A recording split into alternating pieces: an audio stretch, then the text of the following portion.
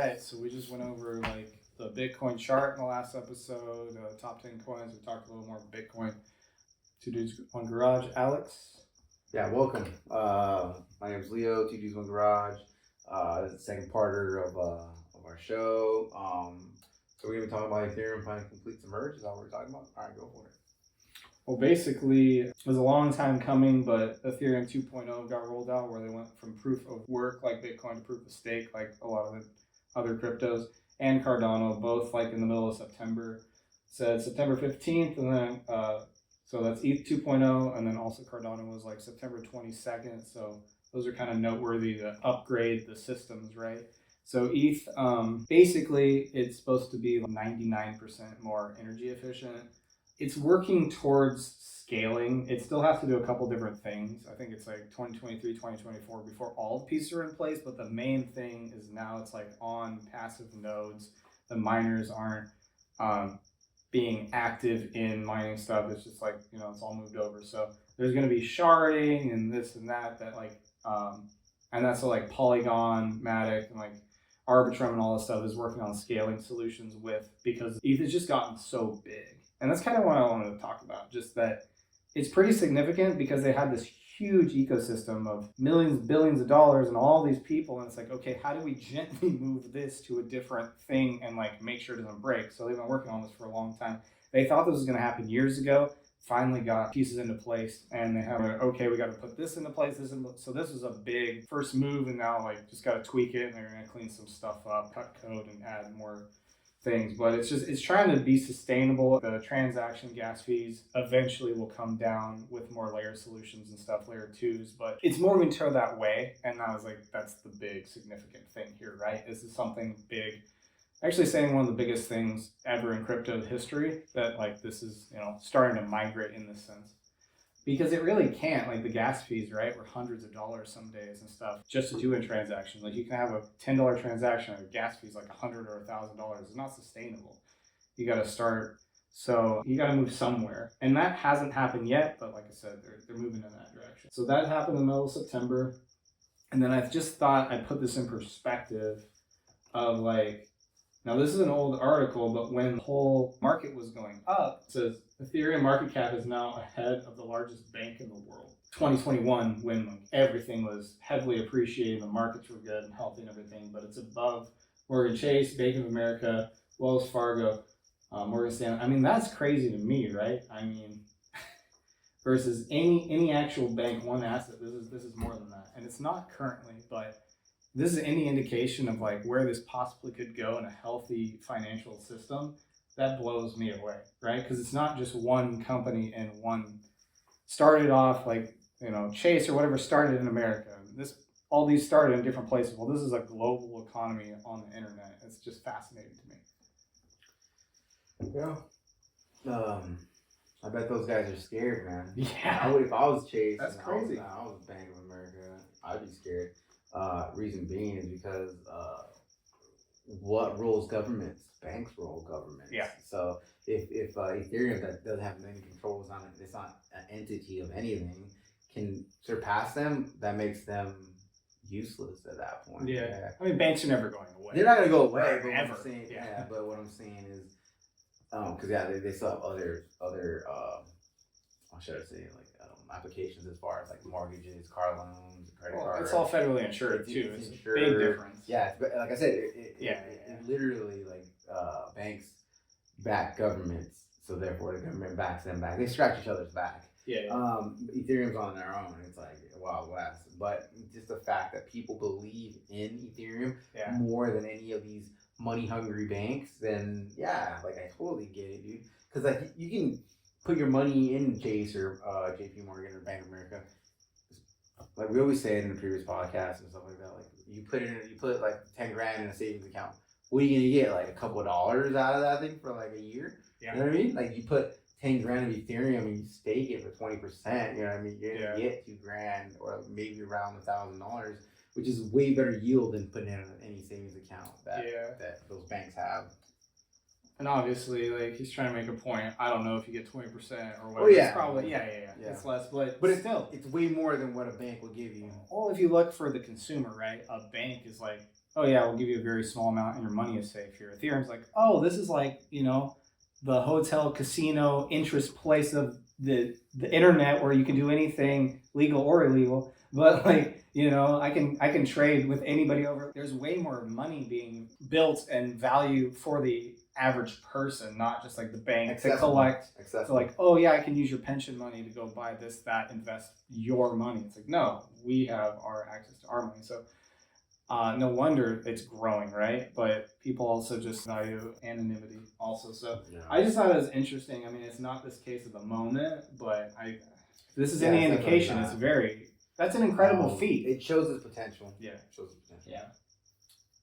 And whether like the financial markets right now, it's like it's still doing that. It's still robust and doing all those things, which is really cool. And then sort of the same article, but just surpassing Bank of America, MasterCard and capitalization. And we kind of talked about this a little bit when we did our 100 top assets. This is all in the past, but yeah, it was number 23 of the biggest assets in the world. So you're thinking like, man, is Ethereum matter? Is it a big deal? Who cares? Like, well, it is a big deal. Like, it's freaking crazy. It's a monster on its own, right? Yeah, we'll just have to see. I'll have to see what happens going forward. And then another important Ethereum stat. This is 2021. Was 18.36 million Ethereum addresses joined the network in 2021. So that's pretty significant. People being added, and you know, there's two types. I think there's the early investors that see innovation, whatever, and then there's big money, right? And there's individual wealthy people. Those are the two people that get in really early or they're starting to notice it and wake up to it, right? They're early in on it, and now bigger banks and governments and all that stuff kind of looking at it too. But that's kind of the way I see it. The common man or whatever, I'm like, oh wow, there is something interesting here, right? And that's just kind of piling on. So, well, yeah, 18 million for 1 year is that's pretty good. And then there's the Etherscan, which it shows the unique addresses chart. So we had, back in 2018, we only had around 40 million. ETH really started in 2016, so there's almost none. There's like 300,000. In July 2017, there's 3 million, 3.5, and then 2018 we got 40, and then like a year later, July is like 68, 70 million. 20, we got like 100 million, and it really kind of exploded in 2021, 170, and then now we're up to 200,000. So it just keeps growing, keeps doing its thing, and I don't know. I don't know if it's ever gonna stop, but obviously the market and everything is kind of slow and not great. So but yeah, regardless, people believe in it, and I just thought we'd highlight all these interesting points of Ethereum since we're kind of celebrating its 2.0, and regardless of the price, I actually think I was telling Leo that it's about 1,300. It's lost a lot of value. I think a lot of the miners are selling off right now because they got to recoup costs for graphics cards are really expensive. They can't make any more money selling ETH that they were mining, right? So I think that's part of it, and then the financial system's down. So it's okay, yeah, it's going to be down for a while, but. That's interesting you said that. I was actually talking to some people at work, and they were talking about graphics cards prices going significantly down after this because they don't need them anymore. They're not, these servers, these miners aren't burning these things out. You need to change them every 3 months or a month or whatever. So the demand for these graphic cards actually went down.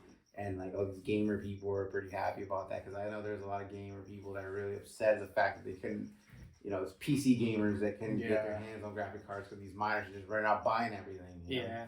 So that's probably one positive out of everything. But yeah, for sure. But anyways, that was funny that you brought that up. Well, you got to think too, other cryptos, good ones and garbage startup ones that are never going to do anything, all probably want people to buy graphics cards. They're like, oh, get into our system, right? So it's not only ETH, but it's all these other ones. And now that crypto's down in general, it's people aren't going to do that, or they're going to sell some of them off because crypto's not gaining any money, or it's going to be down for quite a long time. I'm out, right? So they're just it's a fire sale of graphics cards. They're actually still worth a lot. Like, let's recoup some losses. Yeah, that's very true. They're just like, hey, they realize it's costing me so much more maintenance, you know, like electricity and all this stuff, than what I'm making off of the mining. So like, it's not worth it right now. I might as well just get out of the hobby or get out of the business or whatever. Yeah. Or, you know, just be like, hey, maybe I should just downgrade a little bit and just, you know, whatever. So there's two options there. But yeah, it's interesting what changing from proof of work to proof of stake does to even like an industry, you know, like graphics card industry. You know, I can't imagine like the electricity and all that stuff. You know, when people complain about like Bitcoin not being green, eco-friendly because it just uses so much power, it wasn't a lie. It was a true fact. But you know, was it as bad as other things? You know what I mean? Right. You know, everything in perspective. Like, there's so many things to take into account with that. Some of that's just like FUD because, you know, companies want to write an article and then buy some. But like, there's also like Greenland and Iceland. I saw like really cool where their Bitcoin mine is on. It's super cold there, so it's out in the ice, but then it's also on a reservoir, so it's all turbine generated, healthy electricity, sustainable, doesn't hurt anybody. You know, it's like renewable. What a great idea, right? Like, it's not costing them nearly as much. If anything, it's very pretty free. I saw this other company that was doing that with like their recycle and like their trash. They're burning stuff, and while they're converting that electricity to make Bitcoin and stuff. Pretty cool, right? It's like little stuff you throw away anyways. You can turn that to some sort of electricity, renewable energy. So I think there was like wind turbines and making Bitcoin. There's all sorts of stuff, right? Yeah. I saw a funny article. Well, it just blew me away, you know, because traditionally, we like you rob like a money truck, a bank truck. Well, I heard that people were starting to rob the graphics card trucks, because it's like, if you think about it, these cards are what they went up 3, 4, 5 times more than they used to be. It's like, oh, they used to be $300, they're $1,000, or I don't even know if there's $1,500 cards, but you got 1,000 in a truck or 500. It's like, yeah, that's a lot of money, and it's something that's. I was like, oh, that's genius, you know. It's something that someone's gonna. It's gonna be something like a cop or some kind of like law enforcement. It's gonna be like, they sold what? Like, they sold graphic cards. How much was the street value? And then when they start digging into the situation, they end up finding out, well, there's a hot commodity right now. That's why they stole it. And then they're going for on online prices, secondary markets for like 4x, 5x, you know. And then that's when they start understanding. Well, it seems like they're easier to dump too. Like, it's a physical item, right? That's in high demand. I mean, unless they're serialized and you're doing a lot of them at once. I don't know. Especially if it's in a remote area. It's like, oh, we're driving through Arizona. It's like, okay, that's a great time to grab. I don't know. It's just It's just like rural areas. Like, oh, we know where the truck is, and it's like, go get it. Well, when you do something like that, you also have to be ready to dump them fast, right?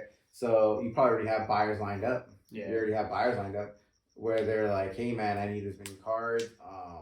And then they just kind of give that idea to the person that's willing to do the job, and they do the job for them. You know what I mean? And that's all it takes. Yeah. So, anyways, not going on so much about this, but it's just funny to talk about, right? Like, I like to think, I don't do any of this stuff, but it makes you wonder, right? Like, illicit activity. Like, okay, cool. Now you have 500 to 2,000 cards. What do you do? As I think people would sit on them. You wait till the heat goes down. But hey, I don't know.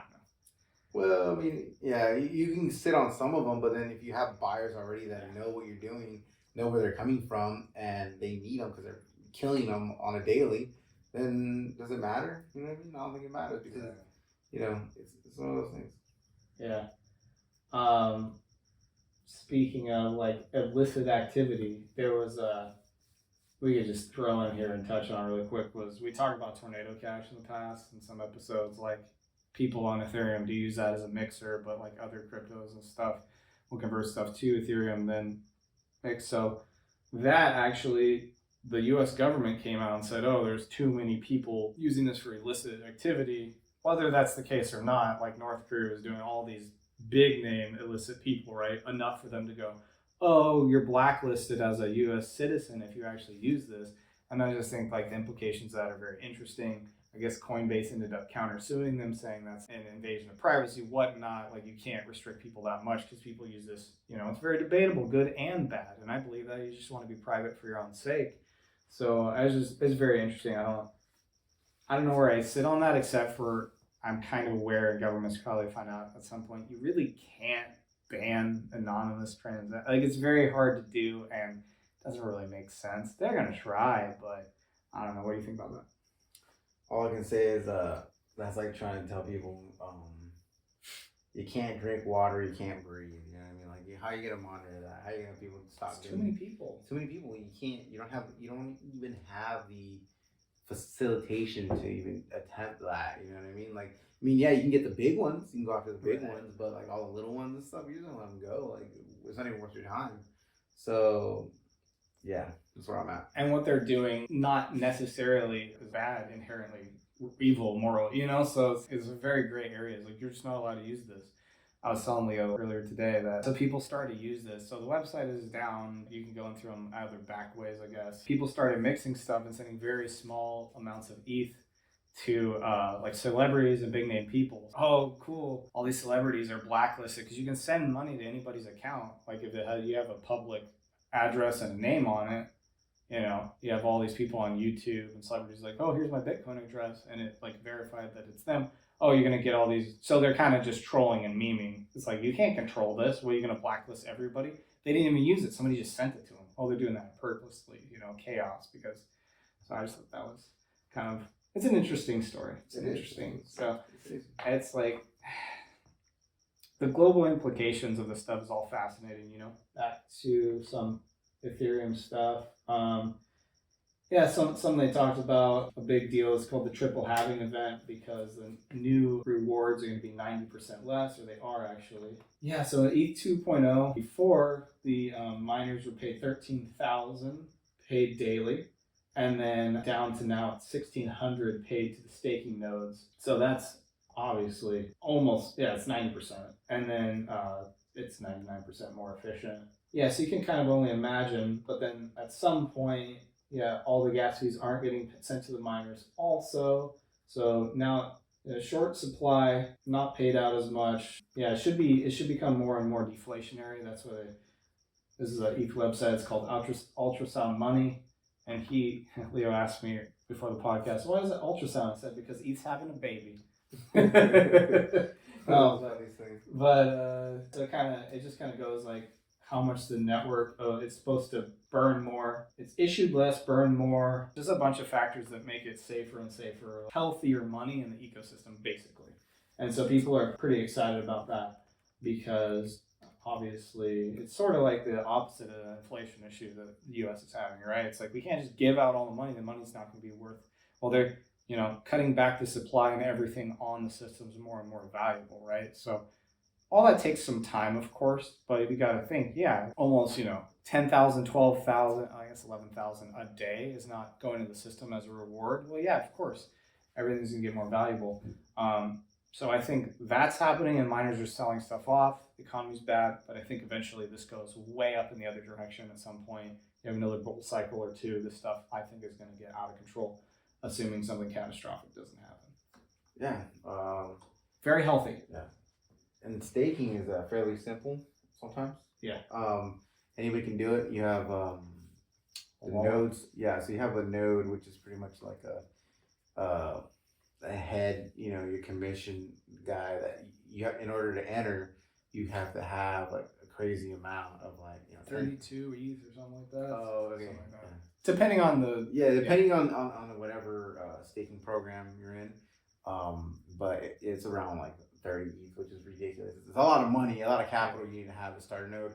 Once you start the node, then you can bring on people, and whatever they contribute, it could be either like a percentages or even fractions of a percentage of contribution, and whatever it completes within hours or days or whatever the calculation is, then you get a percentage of that, of whatever you're contributing to that effort. Right. And passive income is paid to the nodes. So it's passive income, and you don't have to go out and buy a GP graphics card. You don't have to pay $3,000 in electric bills. You know what I mean? You don't have to store it in a warehouse with cooling fans. Like, you don't have to do any of that. You just own the asset. Yeah. You just own an asset. You deposit it in a wallet, a group wallet, and then in the node, and then you just sit back and collect. Yeah. And that's really a beautiful concept. Yeah. Now, the part is getting all that ETH going. That's the hard part. Yeah. Well, I know, yeah, like every system is different. We've talked about some of this in the past. I think ETH has like ETH pools. So you can like sign up for like a thing where you, it's in a smart contract, so it's not going anywhere. You're not actually giving it to somebody, but you're depositing it in their node. Or you can do it on a centralized exchange, you get a less return, and then usually what it does, like Cardano is cool because you like can lock it on, like it's never locked. Like a lot of these like Avalanche and stuff are locked up for like a couple weeks. Actually, that's like most platforms that have staking do lock it. Yeah. Because they don't want people to make a run on it. You know? Right. Well, yeah, they don't want like a bank run, so they want like a week or 2 or 3 weeks to like, so people can't pull it out. So when they freak out, there's bad news that like the price stays up, right? And so, you know, people stop getting emotional and go, oh, I can't unlock that for 3 weeks and I'll just leave it there. And I think it's actually smart. I think that's actually a really good way to do it. To a cool down period. Yeah. And then the other thing that's cool is some of the DeFi programs will be like, and a pancake swap, and some of them, like you can do like a week or a month or 6 months or a year. And the longer you go, the higher percentage. Like, so I've had stuff that's locked up for a really long time, right? Or whatever, right? Or I see people like, oh, I'm gonna lock this up for a year or 2 or something, right? And so YOLO. You can get, I mean, if you want to like allocate like a small amount of whatever to that, right? That's a cool way to do it. And then Cardano is cool because you can lock or unlock, or sorry, there is no lockup timing for them, which they've always kind of bragged about. But you deposit in whatever node you want, and then it gives, all these give like a general annualized. So you might get like a 3% 1 week and then 6 or 7, and it should average out like, oh, this over a year should get 5%. So that's kind of how the numbers work for staking and stuff. I know we've talked about it before, but you got to think long-term Ethereum or whatever, Avalanche, Cardano, XYZ is going to be worth more, where your percentage is going to be higher, right? So that's what the kind of stuff you want to look at. So anyways, and then, so we were just talking about Ethereum, and Cardano also had their Vasil Hardfork, which also is just working on scalability. I know there's like a school, they want to issue IDs. I think it's like 5 million people in Africa and stuff, but it's all good things. People are building a lot of stuff. I think that's the biggest thing about like 2022 is like so much stuff is being built. It's just all in the background of like, oh, prices are pressed, so it's boring. The longer you're around, it's like you really don't care that much about that kind of stuff. It's not as, if anything, it's like a huge buying opportunity, right? So maybe you get bored because you've been looking at the prices for a long time, and you come back and you're like, oh, you just leave stuff in a wallet, right? So there's a lot of different ways to do this stuff. I'm sure there's small microcap altcoins you can always trade and make some money. Like, just depends how interested you are in the market. So, but it's cool to see like all those upgrades and stuff. I've also seen, while we're talking about like staking earlier, like huge pools, like thousands of people go into one DeFi protocol, and they're all making money on that money, and it's a compound interest for everybody, and it saves money on the gas fees. So there's like a lot of different ways you can do it that way. So anyways, that's pretty much what I got. I'm sure there's going to be a lot more big things going on with Ethereum and Cardano, so it'll just be interesting to see what happens.